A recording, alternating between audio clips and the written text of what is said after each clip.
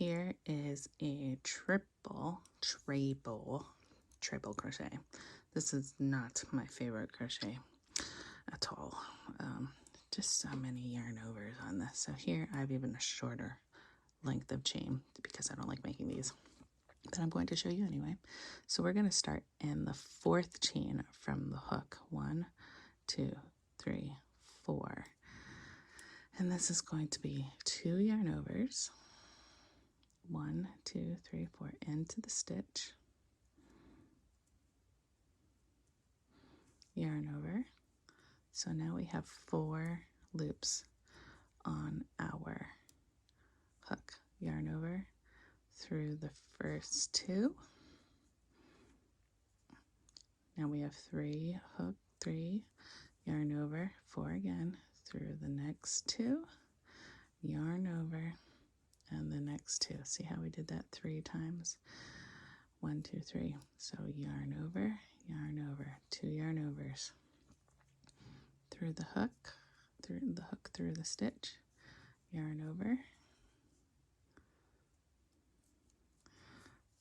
4 loops on the hook, yarn over through the first 2, yarn over through the next 2, yarn over through the last 2. 1, 2 yarn overs through the hook through the stitch, yarn over through first 2, next 2, last 2. So essentially we're going through 3 sets, 3 trebles, crochets, and you see how they create like really tall stitches. Yarn over twice, so 3 loops on the hook through the stitch, yarn over, pull through, yarn over, 2, 2, 2.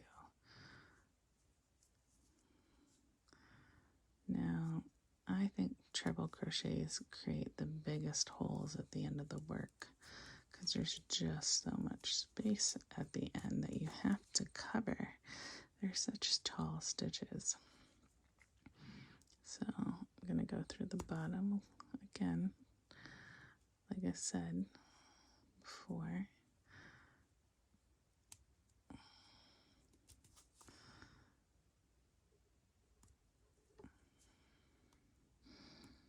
If I can get it through, this is tight. All right, there we go. Yarn over, 2, 2, 2. It makes me think of like 2, 4, 6, 8. Now we have a set of the triples. Now, before we turn our work, a lot of people do the chain 3, 2, 3, and they make that count as their first triple. So we're going to chain 3 and then turn our work. And then I'm going to work right into the same stitch as that chain 3. Under that stitch. See how there? We still have 1 bar, so we went through under that stitch.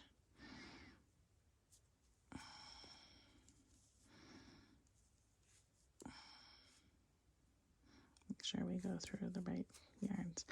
Now this is going to create a slightly smaller stitch at the end here, but when we turn, we want to try to fill that hole as much as possible with yarn so it doesn't create such a gappiness there at the end, because it invariably always does. You can also like fix it like when you do borders and stuff and kind of fill that in. But if I can find a way to fill it in beforehand for less fixing later, I'm all for it. So now we're here at the end, and you see, so now here's our last triple, and then here's our chain 3, and we're going to stitch in between that top stitch of the chain 3 and this, and then try to catch it on the back too. to alleviate some of that gappiness. And this is kind of fiddly, so you have to see where it's going to work. So that was this stitch here. If we were going to go through there, and we're actually going to go through between those two stitches. So, and pick up this bar back here. I know, it's a little advanced. I'm sorry.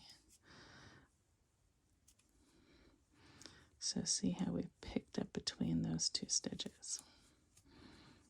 Yarn over, yarn over, yarn over.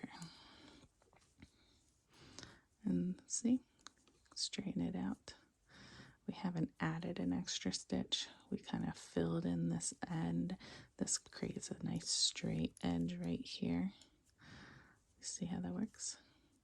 I also came up with a different way to do the turns, where you do like a standing triple, but it requires like a two chain twos, and then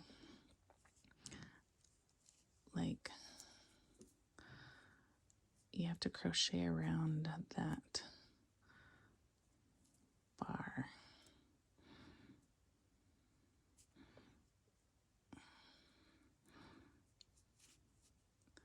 But it kind of creates like this little lumpiness. But look, see, there's like, it kind of makes it look like a triple crochet.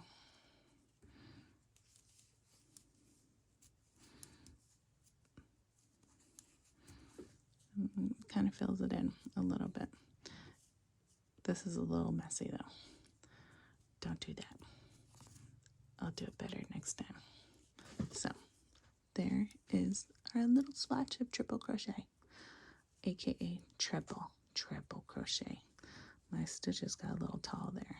Let's get that one a little makeover. Make it nice and even with the rest of the stitches. We don't want to have to fix that block later, but we probably will have to. Acrylic doesn't usually get blocked. There we go. Nice and even. Treble crochet.